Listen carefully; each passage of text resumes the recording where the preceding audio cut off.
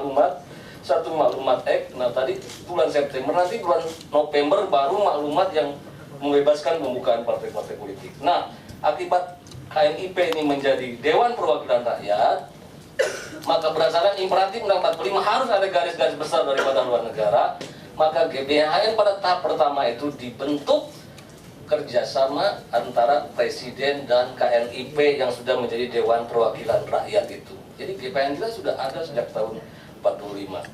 Nah, begitupun dengan Profesor Mahfud, saya kira kalau kita lihat setelah dekret Presiden tahun 59, di mana imperatif dari Undang-Undang Dasar 45 harus ada garis-garis besar daripada haluan negara, maka Bung Karno mulai pada bulan Agustus itu membentuk namanya Depernas, Dewan Perancang Ekonomi Nasional. Tapi di sini bahkan PDIP pun sering sesat pikir.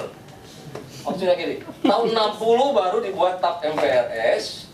Kita di situ beda antara TAP MPR soal GBHN dengan TAP MPR soal perencanaan semesta pembangunan itu. Jadi kalau GBHN-nya yang ditetapkan adalah namanya Manipol Usdek. Manipol Usdek ditetapkan sebagai garis-garis besar haluan negara.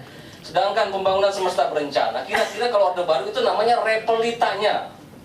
Tapi repelita itu juga yang disusun oleh Depernas juga ditetapkan oleh MPR juga, gitu supaya kita ini punya MPRS. Jadi dari dulu ada beda antara GBHN yang isinya bersifat guiding principle dengan apa yang disebut dengan repelita yang membuka ruang bagi Presiden untuk tidak seperti yang dibayangkan oleh Dewi tadi, bahwa namanya GBHN itu hanya berisi directive principle aja, pola-pola umum, prinsip-prinsip. Nah, nanti Presiden punya ruang untuk menyusun seperti repelita dan lain. Kalau dulu kabinet karya yang menyusun kemudian apa yang disebut dengan pembangunan semesta berencana itu. Jadi nggak benar kalau ada GBHN seolah Presiden tidak punya lagi ruang untuk mengambil pilihan.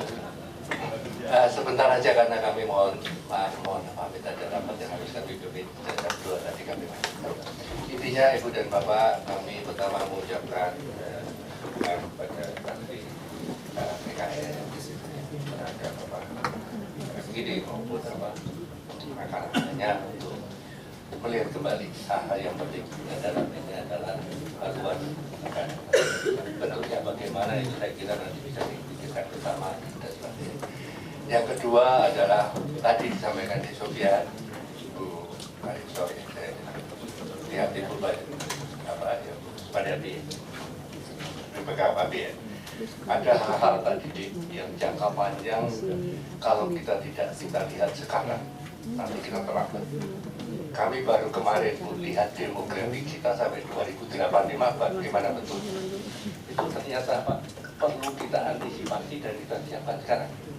Yang katanya bonus dividennya itu akan maksimum tahun 2030-an. 2035 itu usia produktif kita itu sudah berbalik sama sekali. Nah ini hal-hal langkah jangka panjang ini Pak Mahfud, hal-hal perspektif ke depan. Kemudian langkah-langkah apa yang harus kita tindak lanjutin sekarang ini yang akan menjadi sebetulnya Ibu dan Bapak tanggung jawab atau tugas Pak Penas sebetulnya memikirkan. Oleh sebab itu mulai tiap minggu kami sekarang melihat ke depan kondisinya bagaimana masih di dalam perancangan. Ya selanjutnya saya sedikit saja mengenai masalah kedaulatan. Kami juga berusaha ya Pak Penas dengan berbagai keterangan terus mengkaitkan sesuatu dengan tujuan dalam pembukaan. Intinya memang tadi tidak secara by history, tidak secara saklek statis kita akan raih kedaulatan di berbagai bidang politik, ekonomi dan sebagainya. Tapi ini merupakan langkah jangka panjang yang seharusnya nanti kita rebut ke depan. Dan di 2085 itu antara lain misalnya kita akan menjadi kita benar menjadi pusat peradaban. Yang tadi ada masalah budaya dan sebagainya akan menjadi perhatian penting dan upaya kita jangka panjang. Untuk adik sebetulnya ada hal lain yang kami sampaikan adalah bagaimana peran Pak Penas tadi yang mengenai RPJM. Ada mungkin yang sama, tetapi yang sama itu programnya. Tapi kalau beda, tiap RPJM beda. Saya ketua tim di Rapeta ya, yang pertama, dan juga Propernas yang waktu undang-undang pada waktu itu, dan juga di RPJM pertama.